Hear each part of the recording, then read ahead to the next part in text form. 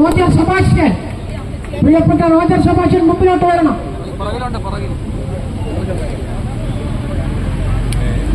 എത്രയും ബഹുമാനപ്പെട്ട one India one pension OIOT പ്രസ്ഥാനങ്ങളുടെ നേതാക്കന്മാരെ, സഹപ്രവർത്തകരെ, എന്തിനാണ് നാം ഇവിടെ എത്തിച്ചേർന്നിരിക്കുന്നത്? ജീവിക്കുന്നതിനുള്ള അവകാശം നേടിയെടുക്കുന്നതിന് വേണ്ടിയല്ലേ? പെൻഷൻ കൊടുക്കാൻ ഒരു വർഗവും അല്ലാതെ സാധാരണക്കാരനെ സംബന്ധിച്ചിടത്തോളം ജീവിക്കാൻ മേലാത്ത ഇന്നത്തെ സാഹചര്യത്തിൽ എങ്ങനെയാണ് നികുതി കൂട്ടുന്നത്? നമുക്ക് കാർഷിക മേഖല എടുത്തു നോക്കിയാൽ അറിയാം.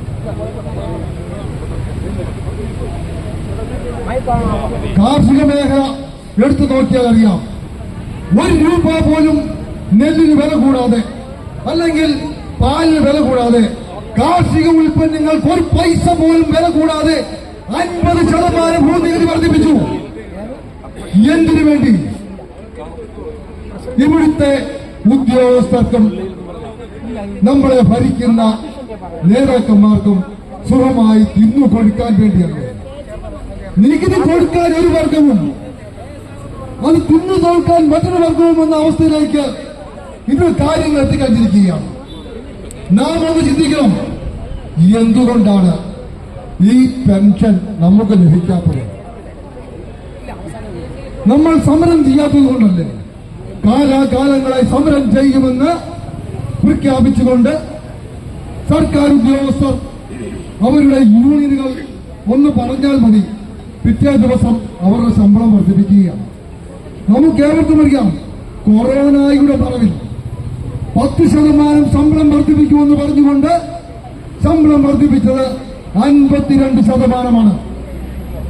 ആ രീതിയിൽ ഓരോ തവണയും സർക്കാർ ഉദ്യോഗസ്ഥരെ സംരക്ഷിക്കുന്നതിന് വേണ്ടി മാത്രം ഇവിടുത്തെ സർക്കാർ ശ്രമിക്കുന്നു.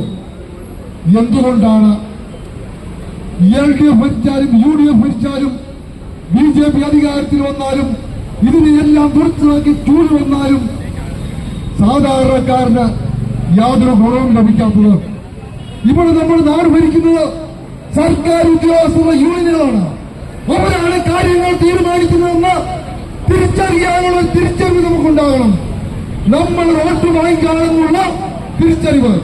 കേവലം 3% വരുന്ന സർക്കാർ ഉദ്യോഗസ്ഥർ വോട്ട് വാങ്ങിക്കാണ് ഞങ്ങളെന്ന് പറഞ്ഞുകൊണ്ട് അവർ ഒറ്റയ്ക്ക് തീരുമാനമെടുത്തു കഴിഞ്ഞാൽ അത് നടപ്പാക്കുന്ന ഭരണാധികാരികൾ.